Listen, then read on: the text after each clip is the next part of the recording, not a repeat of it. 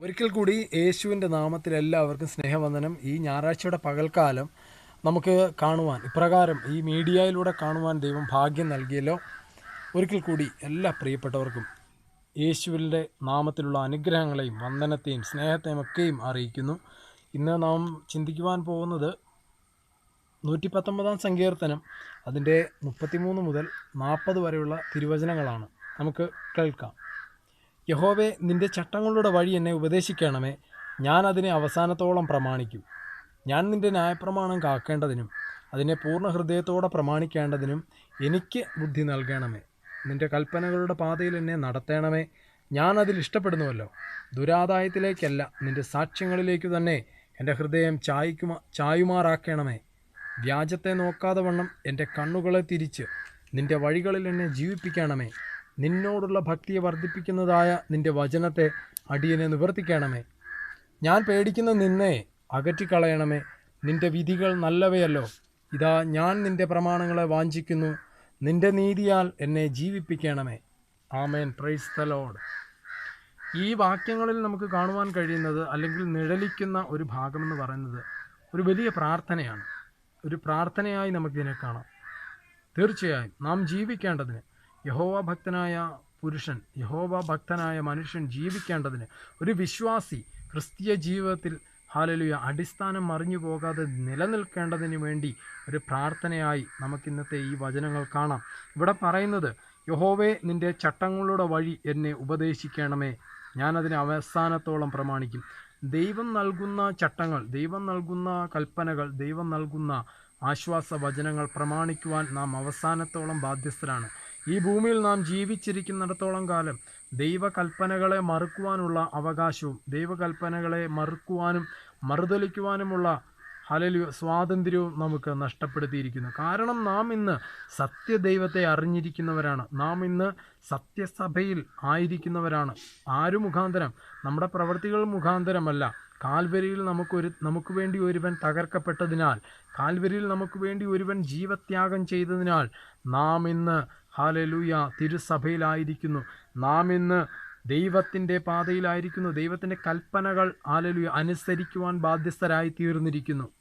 ഇവിടെ 34 വാക്യങ്ങളിൽ പറയുന്നത്, ഞാൻ നിൻ്റെ ന്യായപ്രമാണം കാക്കേണ്ടതിന് അതിനെ പൂർണ്ണ ഹൃദയത്തോടെ പ്രമാണിക്കേണ്ടതിനും എനിക്ക് ബുദ്ധി നൽകണമേ എന്ന്. ഹല്ലേലൂയ, സ്തോത്രം.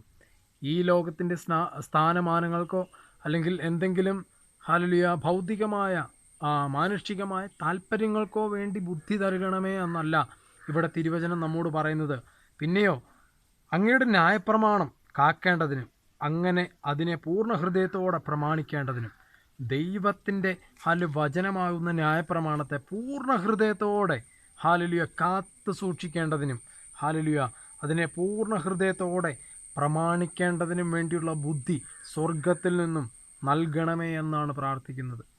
ഈ പ്രാർത്ഥനയൊക്കെ വ്യക്തിപരമായ നിലവാരത്തിൽ നമുക്ക് എടുത്തു നോക്കാം. ഇവിടെ പറയുന്നത്, എനിക്ക് ബുദ്ധി നൽകണമെന്നാണ്.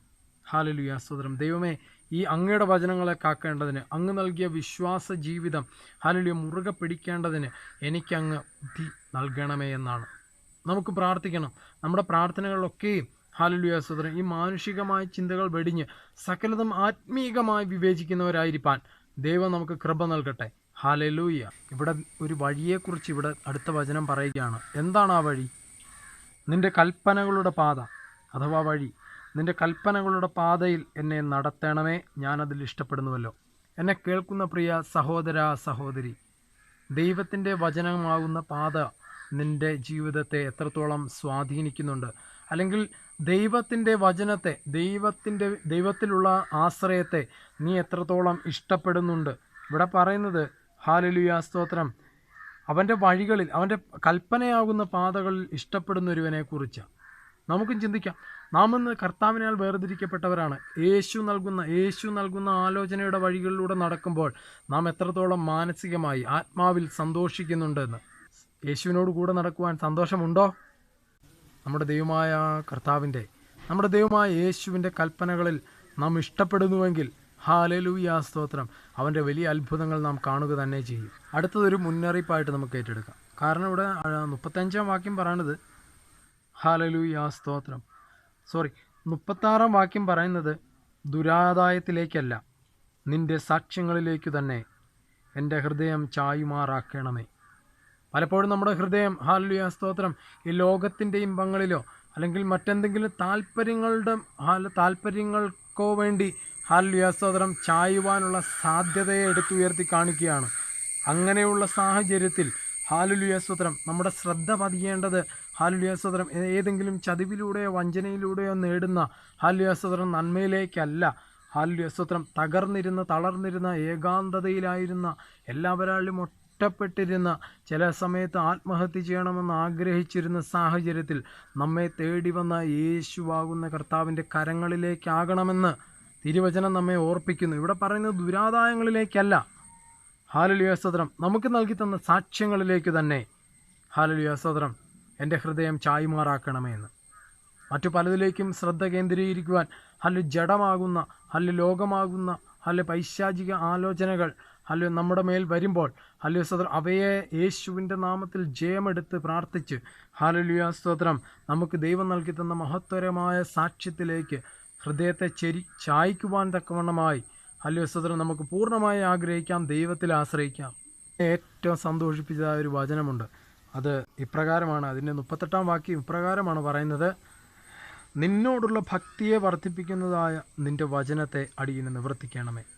ഭക്തിയെ വർദ്ധിപ്പിക്കുന്നതായ സകല കാര്യങ്ങളിലും യേശുവിനോടുള്ള, നമ്മുടെ ദൈവത്തോടുള്ള ഭക്തിയെ വർദ്ധിപ്പിക്കുന്നതായ സകല കാര്യങ്ങളിലുമുള്ള ഉത്സാഹം നമ്മുടെ ജീവിതത്തിൽ ഈ നാളുകളിൽ നമുക്ക് വളർത്തിയെടുക്കുവാൻ ദൈവാത്മാവിൻ്റെ കൃപയിൽ ശരണപ്പെട്ട് നമുക്ക് സ്വന്തം കഴിവിൽ, നമ്മുടെ കഴിവുകളിലോ അല്ലെങ്കിൽ നമ്മുടെ എന്തെങ്കിലും ഒരു വിദ്യാഭ്യാസത്തിലോ അത് കഴിയത്തില്ല. അത് ദൈവത്തിലോടുള്ള ഭക്തിയെ വർദ്ധിപ്പിക്കുവാൻ ഹല്ലേലൂയ കാര്യമാകുന്നത്, അല്ലെങ്കിൽ ദൈവത്തോടുള്ള ഭക്തിയെ വർദ്ധിപ്പിക്കുവാനുള്ള ഒരേ ഒരു കാരണമെന്ന് പറയുന്നത് അവൻ്റെ വചനമാണ്, തിരുവചനമാണ്. നമ്മെ ആശ്വസിപ്പിക്കുന്ന വചനം, നമ്മുടെ കാലുകൾക്ക്, നമ്മുടെ ഹല്ലേലൂയ സ്തോത്രം നമ്മുടെ വഴികളെ പതറാതെ സൂക്ഷിക്കുന്നത്, ആത്മീയ പാതകളിൽ നമ്മെ നീതിയോടെ നടത്തേണ്ടുന്നതിന് വേണ്ടി ദൈവത്തിൻ്റെ വചനമാണ് നമ്മെ ഹല്ലേലൂയ സ്തോത്രം അതിനെ പ്രാപ്തരാക്കുന്നത്. നമുക്കും പ്രാർത്ഥിക്കാം, ഹല്ലേലൂയ കർത്താവായ യേശുവേ, അങ്ങയോടുള്ള ഭക്തിയെ വർദ്ധിപ്പിക്കുന്നതായ എല്ലാ മേഖലകളിലേക്കും എൻ്റെ ശ്രദ്ധയെ തിരിക്കണമേ. എന്നെ കേൾക്കുന്ന പ്രിയപ്പെട്ടവരെ, നമ്മെ വീണ്ടെടുത്ത ദൈവം കാൽവരിയിൽ തൻ്റെ രക്തമൂറ്റിത്തന്നത് ഹല്ലേലൂയ സ്തോത്രം അവൻ ഇഷ്ടപ്പെടുന്ന വഴികളിലൂടെ, അവൻ്റെ പാതയിലൂടെ നടക്കുവാൻ വേണ്ടിയാണ്. അവൻ്റെ തിരുസഭയിൽ നമ്മെ ആക്കിയിരിക്കുന്നത് ഹല്ലേലൂയ സ്തോത്രം അവൻ്റെ അവയവങ്ങളായിരിക്കുവാൻ വേണ്ടിയിട്ടാണ്. ഹല്ലേലൂയ സ്തോത്രം കർത്താവിൻ്റെ നാമം ദൂഷിക്കത്തക്ക നിലവാരത്തിൽ നമുക്ക് പെരുമാറാതിരിക്കാം. കർത്താവിൻ്റെ വചനത്തെ നമുക്ക് കാക്കുന്നവരായിരിക്കാം. അവൻ്റെ വഴികളെ നാം കൂടുതലായി ഇഷ്ടപ്പെടുന്നവരായിരിക്കാം. ഹല്ലേലൂയ ആരൊക്കെ നിന്നെ മറന്നാലും, പെറ്റമ്മ നിന്നെ മറന്നാലും, നമ്മൾ ഒരു നാളും മറക്കാത്ത ഹല്ലേലൂയ സ്തോത്രം നമ്മുടെ കർത്താവിനെ നമുക്ക് മുറുകെ പിടിക്കാം. അവൻ്റെ കരങ്ങളിൽ നമുക്ക് ചേർന്ന് നടക്കാം. അവൻ്റെ നിഴലിന് കീഴിൽ നമുക്കായിരിക്കാം. ഈ തിരുവചനങ്ങൾ നമ്മുടെ ജീവിതത്തെ മാറ്റിമറിക്കട്ടെ. ആത്മതലങ്ങളിൽ പുതിയ ചൈതന്യത്തെ നിറയ്ക്കുമാറാകട്ടെ. I bless you in Jesus almighty name. Thank you very much.